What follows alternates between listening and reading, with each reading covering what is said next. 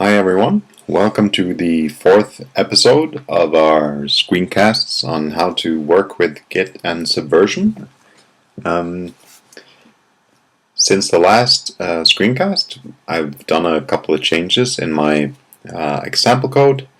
We're basically inside the same directories as before, although I've changed my current working project to be just a simple website. Just for the sake of the example.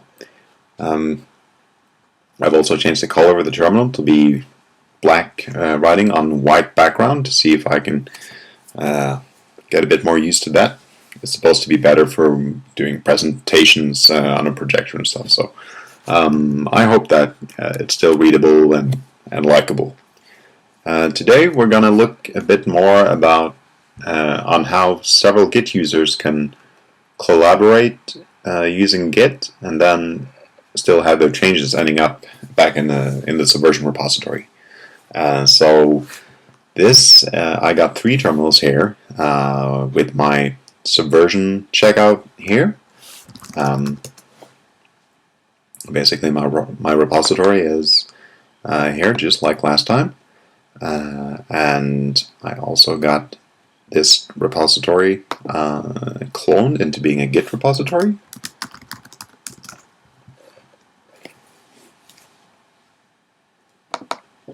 With the same, using the same Subversion repository here.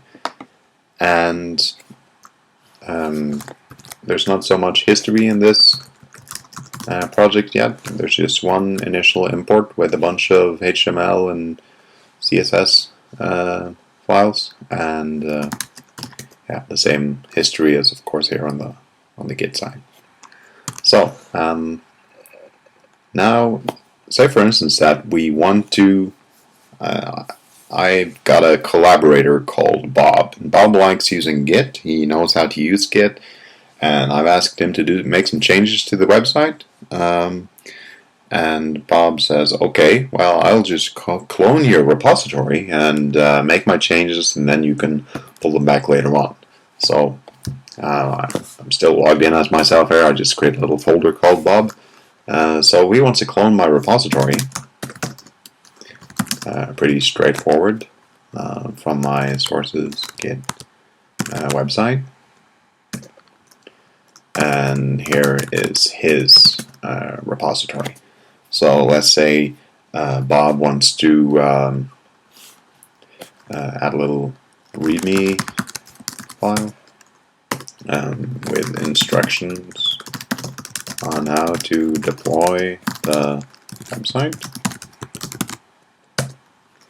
And he commits his added README.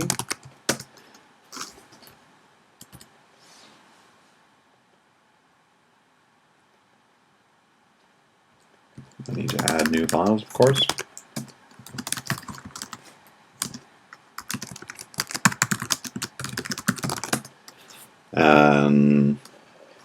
Yeah, let's say that he says deploy by running deploy shell script, and then he creates some script for that. Copy -r to something like this. It's not important the exact contents of my changes, it's just for an example. So let's add this file too and commit deploy script. There we go. In the meantime, I'm still working on my website. Oops. Let's say this is just a copy of my website on tfnico.com, so I'm just going to clean it up a bit by removing some of the JavaScript lying around. Probably won't need that for my little example. And I'm committing, removed some JavaScript clutter. And now, at some point, Bob is done with his work, and he comes back to me, busy working on the website, and he says, Thomas, I've done the changes that you wanted on the on the website, and you can pull them back now from my repository whenever you want. I say, okay, thank you very much, Bob.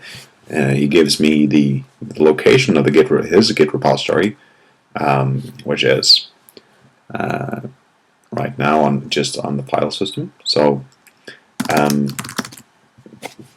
Git uses remotes, the concept of remotes, of setting up these tracking between repositories. So now I already have a remote subversion repository, although that's not listed because it's like a special SVN remote. It's not a normal Git remote. So, but now I'm going to add a proper Git remote repository. I'm going to call it Bob, and just point it at the location, which will be something like Bob website. Alright, so now I got a remote by the name of Bob here, and I can go git fetch to pull in, pull from Bob, and now my local repository has become aware of the changes or the remote branches that Bob had been working on. So I'm just going to have a look there. Here we got three branches. We have my own local master branch. Here we got Bob's master branch and the Git subversion branch, of course. So now let's have a look at how these changes appear in Git K. So here's the initial import, which is where our Git subversion head is pointing at the moment. Here we see Bob branching out, adding README, adding deploy script, and here's me working in parallel back on the local master branch, removing some JavaScript clutter. And now we're going to experience how subversion doesn't deal really well with with Git's concept of branches. I'm now going to do the intuitive thing, which is taking some feature which has been developed out in a feature branch or in Bob's branch, and I'm going to merge it back to the main line, to my master branch, before I then push it back to subversion, and we're going to see what happens. So basically, given Bob's changes out in the Bob master branch, I can just git merge Bob master like this. Let's have a look at how this looks in Git K. And we now see pretty normal merge commit here, where the two branches have been brought together again. So let's push this back to subversions and see what happens. Okay, seems like things went pretty well. 2 new revisions there. I'm going to update on the subversion side.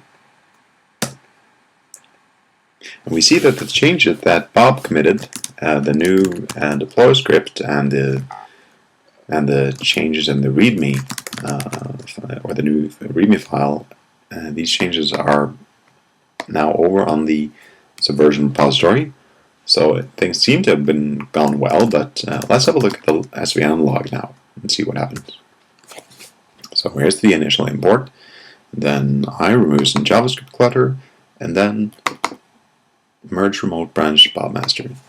And if we look in Git K again, we will see that there is a missing commit, or at least one missing commit. Initial import, remove some JavaScript clutter, and merge remote branch Bob master. Those are the only commits we can see in the subversion log. 1, 2, 3. We've lost the 2 commits that Bob did out in his branch. And this is because subversion has no way to understand Git's concept of branches, and so therefore Git subversion, the Git+SVN extension, doesn't try to give subversion any information about these missing commits. The correct solution is to linearize history before we push back to subversion, and I'm now going to show you how to do that. I'm just going to basically pull the latest changes, the latest history I now have locally in my own repository back to Bob. A little git pull there, and he now has the same history as I do in my repository, more or less. And let's do some more commits again on Bob's side. Let's say he forgot to have this hashbang at the beginning of the script, and he commits to this, added shebang, and he notifies me that he fixed something, and I go, okay, git fetch Bob.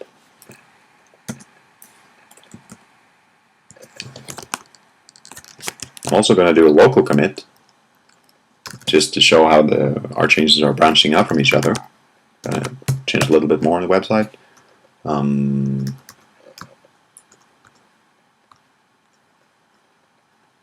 Probably don't need this.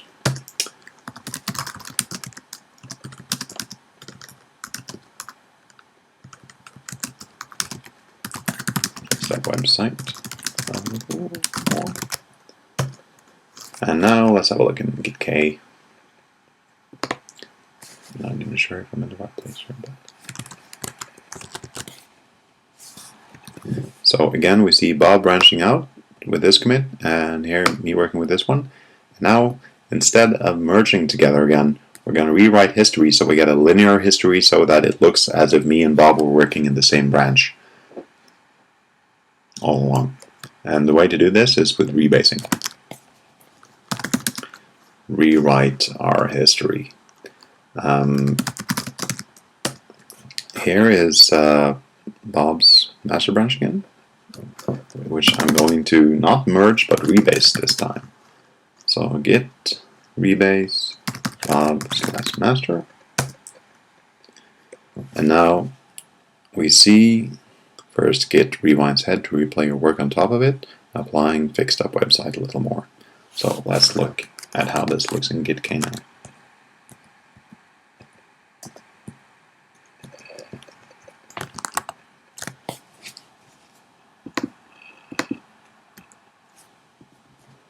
This time,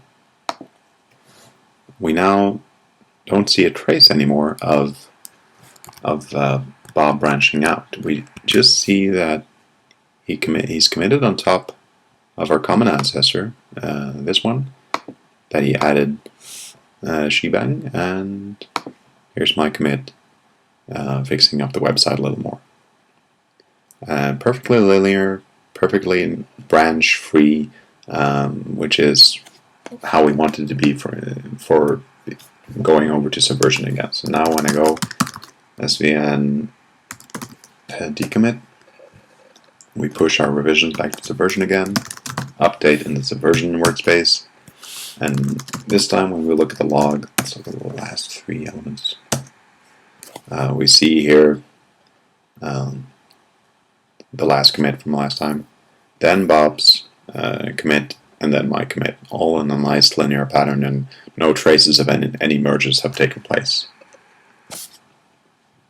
So next time we're going to look a bit more on how this stuff works when you get more people like Bob who want to collaborate with using Git and then get changes back to Subversion. It gets a bit chaotic if there's a bunch of people who have to coordinate all their pushes back to Subversion through one person.